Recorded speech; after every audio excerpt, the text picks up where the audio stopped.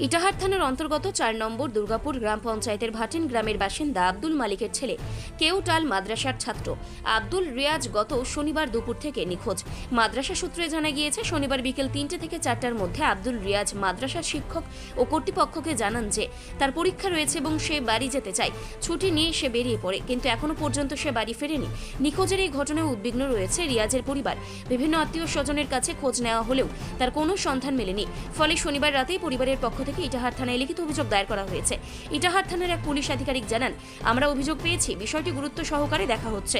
ইতিমধ্যে সম্ভাব্য কিছু জায়গায় খোঁজ নেওয়া হয়েছে এবং তদন্ত শুরু হয়েছে। খুব শীঘ্রই রিয়াজকে খুঁজে বের করার চেষ্টা চলছে। ঘটনায় এলাকায় চাঞ্চল্যের সৃষ্টি হয়েছে। কেউটাল মাদ্রাসা কর্তৃপক্ষ ছাত্রের নিখোঁজ হওয়ার বিষয়টি নিয়ে চিন্তিত। আমার ছেলে হারাই গেছে।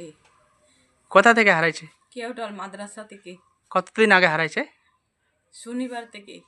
কি নাম আপনার ছেলের? আব্দুল বিরাজ। আপনার নাম? বাবলি খাতুন। বাড়ি? ভাটিন গ্রাম। বলছিলাম মাদ্রাসা থেকে যে হারাইছে, মাদ্রাসার লোকজনকে জিজ্ঞাসা, মাদ্রাসা মৌলভী মুক্তি সাহেবকে জিজ্ঞাসা করছেন, কি বলছে ওনারা?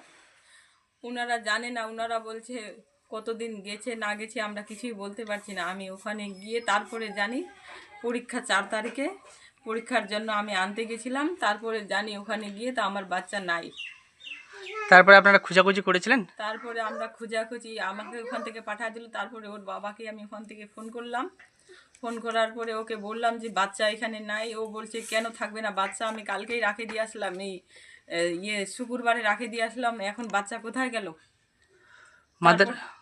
তারপরে ওখানে আমি একটু থাকতে চাইছিলাম, বলছে থাকো ওখানে।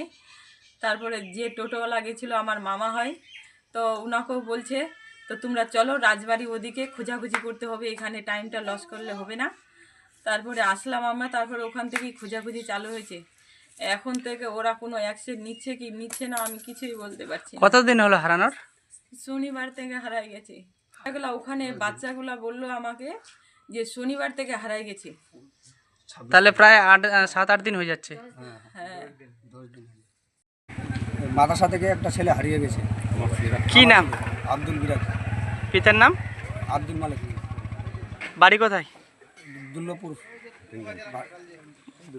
কোথাকার মাদ্রাসা থেকে হারাইছে? কেওটাল মাদ্রাসা থেকে। কতদিন আগে হারাইছে?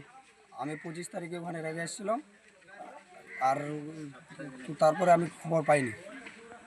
খবর পাননি বলতে আপনি কি ফোনে যোগাযোগ করেছিলেন? ফোনে যোগাযোগ করছিলাম, এখন কথা হয়েছিল একদিন, তারপর থেকে আর কথা হয়নি।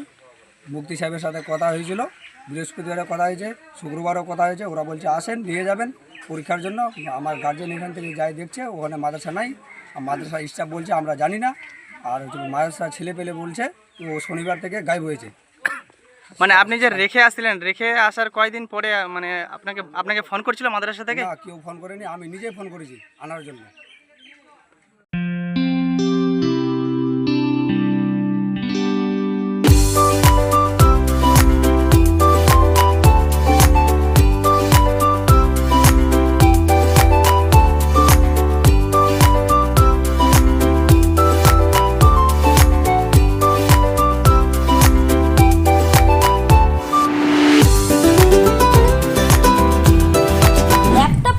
ছাত্রছাত্রীরা পেয়ে যেতে পারেন 1 কোটি টাকা পর্যন্ত স্কলারশিপ।